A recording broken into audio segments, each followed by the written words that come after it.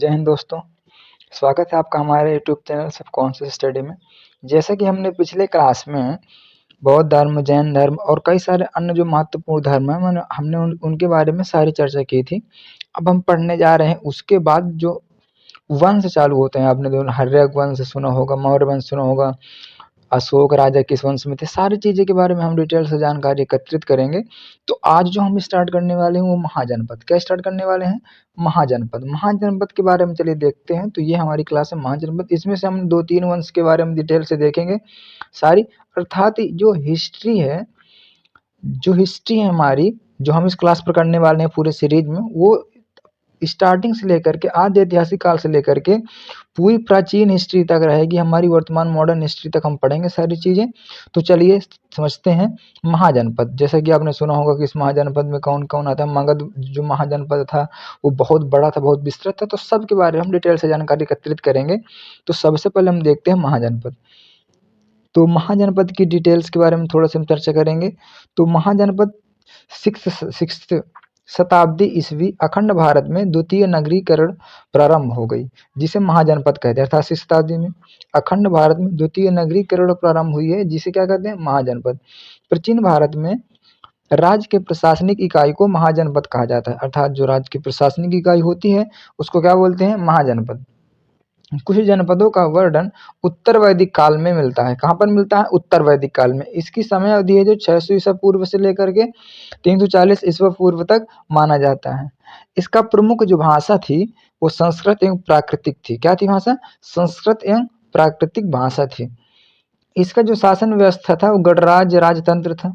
इस समय के पूर्वी उत्तर प्रदेश और पश्चिमी बिहार में लोहे का व्यापक प्रयोग होने से बड़े बड़े प्रादेशिक तथा जनपद राज्यों के निर्माण के लिए उपयुक्त परिस्थितियां बन गई। लोहे के हथियारों के कारण योद्धा वर्ग महत्वपूर्ण भूमिका अदा करने लगे। क्लियर है? नेक्स्ट पॉइंट है हमारा, खेती के नए नए औजार उपकरणों से किसान को अपनी एक आवश्यकता से अधिक अनाज पैदा करने लगे। अब राजा अपने सैनिक प्रशासनिक परियोजना के लिए इसके अतिरिक्त अनाज को एकत्रित करवा सकते थे। लोगों की जो प्रबल निष्ठा अपने कबीले के प्रति थी वह अपने जनपद और महाजनपद के प्रति हो गए। पहले क्या थे? तो लोग अपने उनकी निष्ठा थी अपने कबीले के प्रति रहते, एक छोटे से एरिया को। अब क्या हो गया कि अब जनपद और महाजनपद के प्रति वो ज़्यादा उनकी निष्ठा हो गई। तो हम थोड़ा सा यहाँ पर देखेंगे कबीला, इतना थोड़ा यहाँ पर छोटे से कुछ व्यक्ति रहते थे। जब वो थोड़ा सा बड़ा होता था तो ग्राम, और जब थोड़ा सा और बड़ा होता था तो उससे बनता है जन, और जब थोड़ा और जैसे जनपद हमारा जो जिला रहता है उसके मान सकते हैं। तो जब थोड़ा सा और बड़ा होता है तो उसको क्या बोलते हैं? जनपद। और जब बहुत बड़ा डिस्ट्रिक्ट बन जाता है, जब बहुत बड़ी एरिया हो जाता है तो उसको बोलते हैं महाजनपद। इसी के बारे में डिटेल से जानकारी एकत्रित करवाने। तो वर्तमान में कितने महाजनपद थे? 16 महाजनपद स्थित हैं। जो उत्तर प्रदेश में कितने महाजनपद? 8 हैं। बिहार में 3 हैं। राजस्थान में 1 है। मध्य प्रदेश में 1 महाजनपद है। दक्षिण भारत में 1 महाजनपद है। और भारत के बाहर कितने महाजनपद हैं? 2 महाजनपद हैं। क्लियर? जो अब बंटवारे के बाद से हो गया वहाँ पर 2 महाजनपद हैं। उन 16 महाजनपद के बारे में हम थोड़ा से डिटेल से देखेंगे। जो बौद्ध धर्म का एक अगुत्तर निकाय है, जब हमने बौद्ध धर्म पढ़ा था तो एक अगुत्तर निकाय है, तथा जैन धर्म में एक भगवती सूत्र नामक जो 2 महान पुस्तकें हैं, उनमें 16 महाजनपद की चर्चा है। तो अगर पूछे कि अगुत्तर महाजनपदों की चर्चा कहाँ पर है तो आप बोलेंगे बौद्ध धर्म के अगुत्तर निकाय में। अगर जैन धर्म से पूछे तो बोलेंगे भगवती सूत्र में, जो निम्नलिखित है। निम्नलिखित है तो जो पहला महाजनपद है हमारा वो है हमारा गांधार। कौन सा है? गांधार। इसकी जो राजधानी है तक्षशिला है। और महत्वपूर्ण नगर आधुनिक नामों के अनुसार, अर्थात महत्वपूर्ण नगर जो इस जनपद में पड़ते हैं, तो जो हमारा पहला है वो हमारा गांधार, राजधानी तक्षशिला है। जो इसके नगर हैं वो रावलपिंडी व पेशावर है, जो कहाँ पर पड़ता है? पाकिस्तान। कहाँ पर है अभी? आधुनिक अभी समय में पाकिस्तान में है। दूसरा है कम्बोज, जो जिसकी राजधानी हाटक या राजपुर, जो पहले के क्षेत्र अगर देखेंगे तो राजौरी और हजारा क्षेत्र थे, जो अभी उत्तर प्रदेश में है। तीसरा है मत्स्य या मच्छ, जिसकी राजधानी है विराटनगर, जयपुर का समीपवर्ती क्षेत्र था पहले, अब वो कहाँ पर है? राजस्थान में है। चौथा है नेक्स्ट हमारा कुरु, इंद्रप्रस्थ अर्थात दिल्ली। इंद्रप्रस्थ को क्या बोलते थे? दिल्ली। इसकी राजधानी थी कुरु की, कुरु महाजनपद की।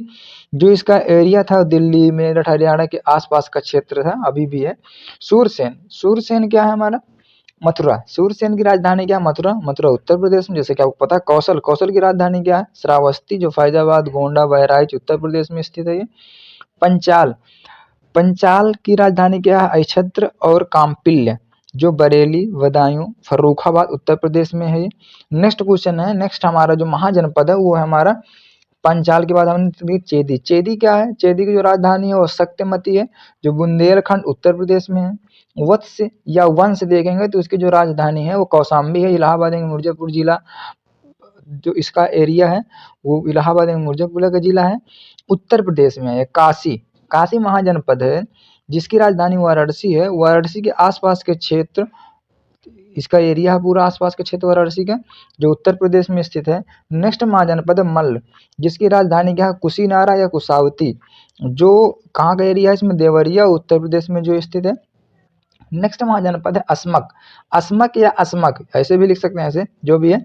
इसकी राजधानी है पाटन, जो गोदावरी नदी का दक्षिणी क्षेत्र है, जो दक्षिण भारत के एकमात्र जनपद, दक्षिण भारत का एकमात्र जनपद है। तीसरा है हमारा अवंती, जो उज्जैन एवं बासमती इसकी राजधानी है, और ये मालवा, मालवा का जो एरिया है सारा अवंती महाजनपद में आता है, जो अभी मध्य प्रदेश में स्थित है। नंबर 14 है, 14 महाजनपद है वज्जी, या इसको व्रजी भी बोलते हैं, जिसकी जो राजधानी है वैशाली है, विदेह, मिथिला। ये आपसे क्वेश्चन पूछ लेता है। जो इसका एरिया है वैशाली, मुजफ्फरपुर, दरभंगा आदि है, जो कि बिहार में स्थित है। 15वां महाजनपद है अंग, जो इसकी राजधानी चंपा है, जो भागलपुर, मुंगेर, जो अभी के समय में बिहार में है। नेक्स्ट जो महाजन सबसे बड़ा महाजनपद जो था वो मगध, जो गिरिव्रज, इसकी राजधानी क्या है? गिरिवज्र या राजगृह, जो पटना, गया, नालंदा बिहार में स्थित है। ये सारे। नेक्स्ट हम देखेंगे सभी महाजनपद के बारे में डिटेल्स। जो पहला महाजनपद हमने बताया गंधार, जो गंधार महाजनपद पाकिस्तान में था, इसकी राजधानी तक्षशिला, विश्व की प्राचीनतम विश्वविद्यालय का केंद्र था, अर्थात विश्व की जो प्राचीनतम विश्वविद्यालय थे उसका क्या कहते हैं? केंद्र था। असमक दक्षिण भारत का एकमात्र महाजनपद था, जो गोदावरी नदी के तट पर स्थित था, तट पर था, ठीक है। उत्तर प्रदेश का मल्ल महाजनपद, महाजनपद गणराज्य था। बिहार का वज्जी महाजनपद एक गणराज्य था। वज्जी की राजधानी वैशाली में लिच्छवी गणराज्य का शासन था, जो पूरे विश्व की सबसे पुराना गणराज्य था। यह 8 कुलों का एक संघ था। क्लियर, ये 8 कुलों का एक संघ था। नेक्स्ट देखेंगे सबसे शक्तिशाली महाजनपद जो है, जो था मगध था, मगध महाजनपद था। इसके दक्षिण में विंध्याचल पर्वत, पश्चिम में सोन नदी, उत्तर में गंगा तथा पूर्व में फल्गु जैसी नदी इस महाजनपद प्राकृतिक दुर्ग का कार्य करती थी। इसका मतलब है अगर चारों तरफ से इसमें देखेंगे कि चारों तरफ इस महाजनपद के क्या स्थित था, तो हम देखेंगे दक्षिण में विंध्याचल पर्वत थे, पश्चिम में एक नदी थी सोन नदी, उत्तर में गंगा थी, और पूरब में क्या थी? फल्गु नदी। ऐसे थे, मतलब चारों तरफ दुर्ग का, दुर्ग मतलब चारों तरफ से जो एरिया बंधा हुआ था उसको। राजस्थान में मरुस्थलीय क्षेत्र में स्थित एक मात्र महाजनपद कौन सा था? मत्स्य। चंपा का प्राचीनतम नाम क्या था? मालिनी। कभी कभी पूछेगा मालिनी निम्न में से क्या है, या कौन से महाजनपद का नाम है, तो आप क्या आंसर देंगे? चंपक। महात्मा बुद्ध ने अपना सर्वाधिक उपदेश कौशल की राजधानी श्रावस्ती में दिया। कौशल, कौशल एक महाजनपद है जिसकी राजधानी श्रावस्ती, इस गुप्त ने वहीं पर सबसे ज्यादा अपने उपदेश दिए। मल्ल की राजधानी कुशीनगर में महात्मा बुद्ध का महापरिनिर्वाण हुआ था।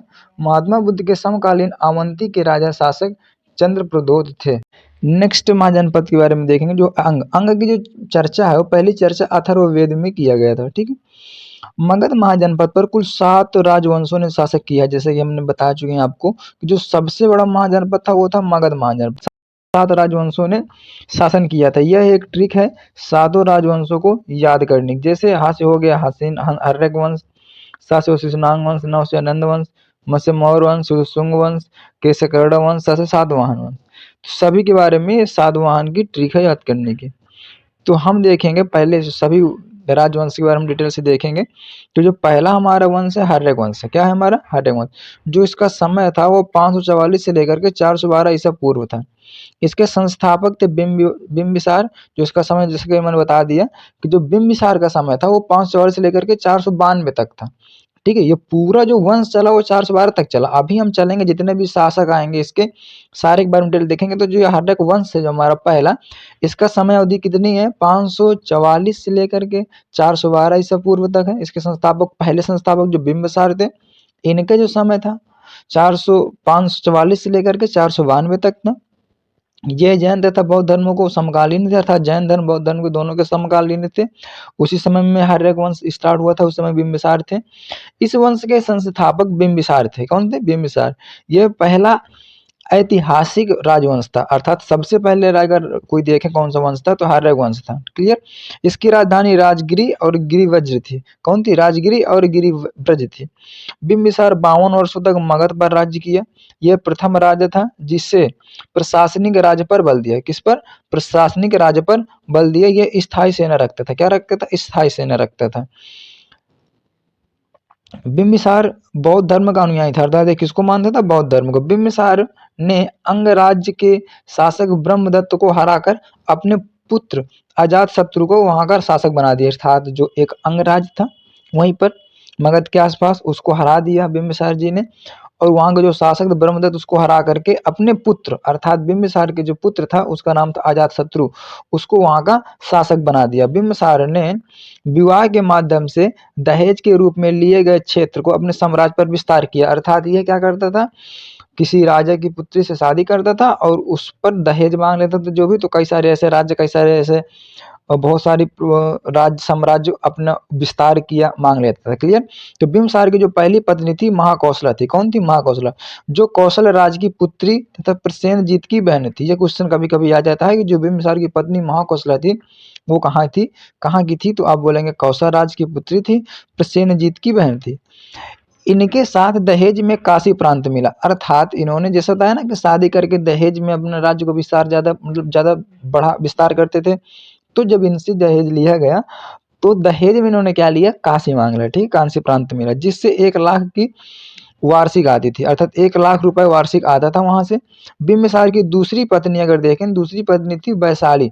दूसरी पत्नी थी क्या थी, वैशाली नरेश चेतक की पुत्री, मतलब चेतक की पुत्री राजकुमारी चलना थी। दूसरी पत्नी क्या थी, वैशाली के जो नरेश थे, चेतक की पुत्री राजकुमारी चलना थी, जिसे अजात शत्रु का जन्म हुआ था। अर्थात अगर हम देखें तो अजात शत्रु का जन्म, अर्थात अजातशत्रु का जन्म किससे हुआ था, तो राजकुमारी चलना से। अर्थात अजातशत्रु की जो मम्मी थी वो राजकुमारी चलना थी, जो नरेश वैशाली नरेश चेतक की पुत्री थी।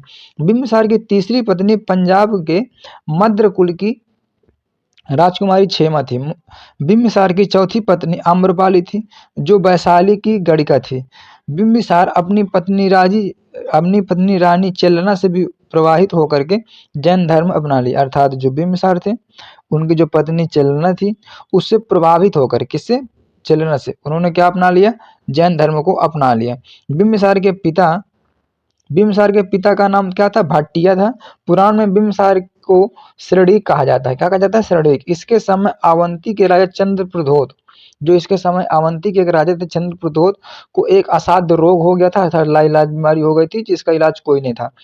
तो इन्होंने क्या कर दिया, इतने अपने जो इनके जो वैद्य वैद्य था जीवक, अर्थात जो इनके वैद्य राज वैद्य था जीवक, इन्होंने भेज करके चंद्रप्रद्योत का इलाज करवा लिया। और जब वो ठीक हो गए तो उनको क्या किया, अपने में शामिल कर लिया। ठीक है, क्या किया कि जीवक के इलाज से चंद्रप्रद्योत स्वस्थ हो गए, उन्हें अवंती को मगध के अधीन कर लिया, अर्थात अब अवंती मगध के अधीन हो गया। अंगराज को जीत कर मगध साम्राज्य का विस्तार किया। क्लियर। नेक्स्ट हम देखेंगे, बिंबिसार के छोटे राज्यों को युद्ध करके जीत लेता था। इनसे वैशाली पर भी आक्रमण किया किंतु सफल नहीं हो पाया। वैशाली पर तो आक्रमण किया था इन्होंने लेकिन सफल नहीं हो पाया। इसकी हत्या इसी के पुत्र अजातशत्रु ने कर दी। जब अजातशत्रु बड़ा हो गया, जब राजगद्दी ये नहीं छोड़ रहे थे, बार बार शादी कर रहे थे, तो इन्होंने क्या किया कि एक दिन अपने पिता को निपटा दिया, अर्थात अजातशत्रु को खत्म कर दिया। 492 ईस्वी में कर दिया। क्लियर। तो अजातशत्रु ने अपने पिता को क्या कर दिया, मृत्यु कर दिए, मृत्यु दे दिए अर्थात मार दिए। अब उस शासन पर अर्थात अब जो राजगद्दी पर कौन बैठेंगे, नेक्स्ट शासक हमारे कौन से, अजातशत्रु। इसका अगर समय देखेंगे तो 492 से लेकर के 460 ईस्वी तक था। जो इनका अर्थ होता है, इसका अर्थ अजातशत्रु का शत्रुओं को नाश करने वाला, क्लियर, शत्रुओं को नाश करने वाला तो फिलहाल है ही, लेकिन अपने पिता को भी नाश करने वाला कौन सा था, अजातशत्रु। इससे कुड़िक भी कहते हैं, इसने अपने पिता की हत्या की है इसलिए इसको पितृहंता कहते हैं। पिता की हत्या के कारण इसको क्या बोलते हैं, पितृहंता। ये अपने मामा का प्रसेनजीत की पुत्री वजीरा से प्रेम कर, अपनी मामा की जो इनके मामा का नाम था प्रसेनजीत, उसकी एक पुत्री थी वजीरा, उनसे क्या करता था, प्रेम करता था। इसने सुरक्षा की दृष्टि से राजगीर को किलाबंदी कर दिया था। राजगीर क्या थी, उनकी राजधानी मान सकते हैं। वहां की किलाबंदी को क्या कर दिया इन्होंने, किलाबंदी। राजगीर 5 पहाड़ियों से घिरा हुआ था। इसके समय सबसे बड़ी घटना महात्मा बुद्ध की मृत्यु थी। अजातशत्रु के काल में ही सप्तपर्णी गुफा में राजगीर से पहली बौद्ध संगीति हुई, अर्थात अजातशत्रु के समय क्या हुई, बौद्ध संगीति हुई पहली, क्लियर। इसने अपने सहयोगी वर्षकार के सहयोग से वैशाली पर आक्रमण किया और जीत लिया। वर्षकार क्या होता है, एक सहयोगी थे जिन्होंने भेज करके वहाँ सारी चीजें इकट्ठा की हैं, मान लीजिए जैसे एक इनका दूत मान सकते हैं, जो वैशाली पर भेजा और सारी इन्फॉर्मेशन लेकर के उस हिसाब से तैयारी करके आक्रमण करके उन्होंने जीत लिया। जब इन्होंने भेजा तो वहां से इन्फॉर्मेशन मिली, तो इन्होंने क्या किया, 2 हथियार को प्रयोग किया था। कौन सा, रथ मूसल और महाशिला कंटक, ये 2 हथियार का यूज किया था कहाँ, वैशाली की लड़ाई में। यह जैन धर्म के पहले उपांग में महावीर और अजातशत्रु के रिश्ते के बारे में बताएं, क्लियर। यह प्रारंभ में जैन तथा बाद में बौद्ध धर्म को अपना लिया। इसने 16 वर्ष तक मगध पर शासन किया। कब, कितना किया, केवल 16 वर्ष तक मगध पर शासन किया। इसके 2 पुत्र थे, उदयभद्र और उदयन। कौन से, उदयभद्र और उदयन। इसके पुत्र उदयन ने इसकी हत्या कर दी। जैसे बिंबिसार का पुत्र कौन थे, अजातशत्रु। अब अजातशत्रु जब बड़े हुए हैं तो अपने पिता को खत्म कर दिया, मार दिया, जिसके कारण से इनको क्या बोलते थे, पितृहंता। फिर ऐसे ही सेम जब उनके 2 पुत्र थे अजातशत्रु के, एक उदयभद्र और उदयन। जैसे उदयन बड़े हुए, अजातशत्रु अपना जो भी है राजगद्दी ने छोड़ थे, तो उदयन ने क्या कर दिया, अपने पिता को खत्म कर दिया। अब कौन बैठेंगे राजगद्दी पर, उदयन शासक, क्लियर। तो उदयन का जो समय था वो 460 से लेकर के 444 ईस्वी तक था, क्लियर। इसने अपनी राजधानी कुसुमपुर अर्थात पुरुषपुर बनाया था। अर्थात पहले जो राजगीर जो भी राजधानी थी उसको हटा करके इन्होंने क्या बना लिया था, कुसुमपुर, या क्या बना लिया था, पुरुषपुर बनाया था। यही कुसुमपुर या पुरुषपुर आगे चल करके पाटलिपुत्र कहलाया। इनकी माता का नाम क्या था, पद्मावती। क्या था, पद्मावती। जो इसने अपने पिता की हत्या की थी, क्या थी, इसने अपने पिता की हत्या की थी, इसलिए बौद्ध धर्म में इसे पितृहंता कहते हैं। अर्थात बौद्ध धर्म में इसको पितृहंता कहते हैं। जैसे हमारा अजातशत्रु ने मारा था उस तरह इसने भी मार दिया था। इसका अन्य नाम क्या था, उदाई के, क्या था, उदाई और या उदयभद्र था। इसका अन्य नाम क्या था, उदाई या उदयभद्र। यह चंपा का उपराजा था। क्या था, चंपा का उपराजा था। पुराणों, अब नेक्स्ट देखिए, पुराणों एवं जैन ग्रंथों के अनुसार उदयन ने गंगा एवं सोन नदी के संगम के समीप एक शहर की स्थापना की जिसका नाम था क्या, पाटलिपुत्र। अर्थात पुराणों में यह लिखा गया है कि इन्होंने एक शहर की स्थापना की थी जिसका नाम था क्या, पाटलिपुत्र। कहाँ पर, गंगा और सोन के संगम के समीप। इसके पुत्र ने पाटलिपुत्र को पटना रख दिया। इसके जो पुत्र थे पाटलिपुत्र का नाम क्या रख दिया, पटना। इसने अपने राजधानी में जैन चैत्य का निर्माण करवाया। इनकी हत्या किसी अनजान व्यक्ति द्वारा चाकू से खोदकर कर दी गई। कहाँ से, चाकू से खोदकर कर दी गई थी। उदयन का पुत्र नागदशक एक अयोग्य शासक था। इसकी हत्या इसी के सेनापति शिशुनाग ने कर दी थी और एक नया वंश का क्या किया था, शिशुनाग वंश स्टार्ट किया था। ध्यान दीजिएगा, जो उदयन थे, उदयन के पुत्र ने किसी ने नहीं कुछ किया। जो उदयन का जो क्या था ना, उदयन के जो पुत्र थे क्या था, नागदेश, ये अयोग्य शासक था, किसी मतलब का नहीं था। इसकी जो हत्या की गई थी इनके सेनापति शिशुनाग ने हत्या कर दी थी। तो यहाँ से जैसे ये वंश खत्म हुआ, जैसे ही हर्यक वंश खत्म हुआ और सारे मेन राजा को मार दिया इसने, शिशुनाग ने, तो अब कौन सा शिशुनाग वंश स्थापित किया था। शिशुनाग ने क्या किया, शिशुनाग वंश स्थापित कर दिया। अब हम समझेंगे शिशुनाग वंश के बारे में। तो महाभारत में जानकारी मिलती है कि मगध पर सबसे पहले का शासन मिलता है। कहाँ पर मिलता है? मगध पर सबसे पहले बृहद्रथ का ऐसा मिलता है कहाँ? महाभारत पर, जिसके संस्थापक बृहद्रथ थे। इस वंश का सबसे प्रतापी शासक जरासंध था, जैसे आपने नाम सुना होगा महाभारत में। इसकी राजधानी गृह वज्र थी। जरासंध ने अपनी साम्राज्य विस्तार पर पूरे उत्तर भारत को करना चाहते थे, पर पांडव और कृष्ण के विरोध में उसे अपने उद्देश्य में सफल नहीं होने दिया। क्लियर? अब नेक्स्ट जो हमारा है उसके बारे में समझेंगे थोड़े से। जरासंध के बारे में देखेंगे। भीम के हाथों मल्ल युद्ध में जरासंध मारा गया। जरासंध का पुत्र उसके बाद मगध का शासक बना। ठीक है, उसके बाद मगध का शासक बना। रिपुंजय बृहद्रथ वंश का अंतिम शासक था। उसकी हत्या उसके मंत्री पुलीक ने कर दिया था। पुत्र को शासक बनाया। घटिया नामक क्या था? घाटिया नामक सामंत ने कुलीक के पुत्र की हत्या कर अपने पुत्र बिंबिसार को मगध की गद्दी पर बैठा दिया। क्लियर? थोड़ा सा हम पीछे चले गए थे मगध के बाद, ठीक है, मतलब अर्थात बिंबिसार के पहले थोड़ा सा चले गए थे। बिंबिसार को मगध की गद्दी पर बैठा दिया। किंतु इस वंश के बारे में ऐतिहासिक साक्ष्य बहुत ही कम है, अतः हर्यक वंश को ही पहला ऐतिहासिक वंश मानते हैं। ठीक है, वो एक्स्ट्रा इन्फॉर्मेशन दी कि अगर कहीं आ गया तो, लेकिन अर्थात अगर ज्यादा हम देखेंगे तो ऐतिहासिक वंश जो भी किसको मानते हैं? हर्यक वंश को। अब हर्यक वंश के जो हमने बता दिया था कि अजात शत्रु, उदयन को मार करके नाग दशक अपना एक क्या कर लिया, एक अपना जो वंश स्थापित कर लिया। तो अब हम समझने वाले हैं शिशुनाग वंश। क्या समझेंगे?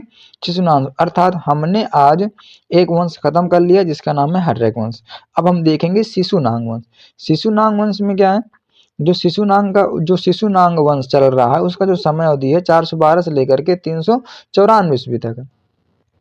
इस वंश के संस्थापक कौन? शिशुनाग। क्लियर? इन्होंने अवंती तथा वत्स राज पर अधिकार कर उसे मगध साम्राज्य में मिला लिया। ऐसे से मगध था स्टार्टिंग में थोड़ा छोटा, फिर उससे और बड़ा किया और बड़ा करते सारे साम्राज्य मिलाते रहे, तो फिर वह ऐसे बड़ा होता गया।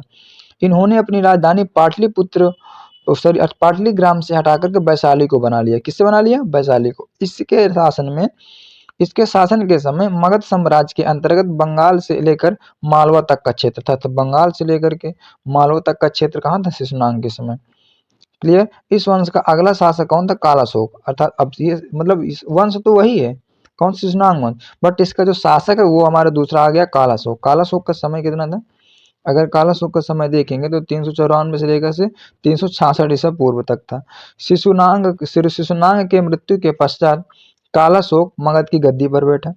इसका नाम पुराण तथा दिव्यावदान में काक वर्ड मिलता है कहीं कहीं। इसने वैशाली के स्थान पर पाटलिपुत्र को पुनः अपना राजधानी बना दिया। इस समय द्वितीय बौद्ध संगीति हुई, अर्थात पहली बौद्ध संगीति अजातशत्रु के समय, दूसरी बौद्ध संगीति कालाशोक के समय वैशाली में हुई। यह ब्राह्मण वंश का प्रथम संस्थापक था। पुराणों के अनुसार, अर्थात पुराण के अनुसार ये क्षत्रिय था। क्लियर? नेक्स्ट हम देखेंगे पुराण के अनुसार क्षत्रिय था। इस वंश का अंतिम शासक कौन था? नंदीवर्मन। कौन था? नंदीवर्मन, जिसकी हत्या महापद्म नंद ने कर दी थी। इस वंश का अंतिम शासक अर्थात कालाशोक के बाद जो अंतिम शासक था नंदीवर्मन। नंदीवर्मन की हत्या किसने कर दी? महापद्म नंद। अब जैसे महापद्म नंद ने नंदीवर्मन को खत्म किया तो शिशुनाग वंश खत्म, अर्थात शिशुनाग वंश खत्म। उसके बाद कौन सा स्थान वंश स्टार्ट हो गया? नंद वंश। तो आज की क्लास में हमने महाजनपद के बारे में जानकारी एकत्रित की। और कौन सा जनपद? अब दो वंश देखे, अर्थात दो राजवंश देखे। एक तो हमने देखा हर्यक वंश और दूसरा हमने देखा शिशुनाग वंश। नेक्स्ट क्लास में हम अगले वंश देखेंगे नंद वंश और हम देखेंगे मौर्य वंश। तो मिलते हैं नेक्स्ट क्लास में। आज के लिए इतना ही। जय हिंद।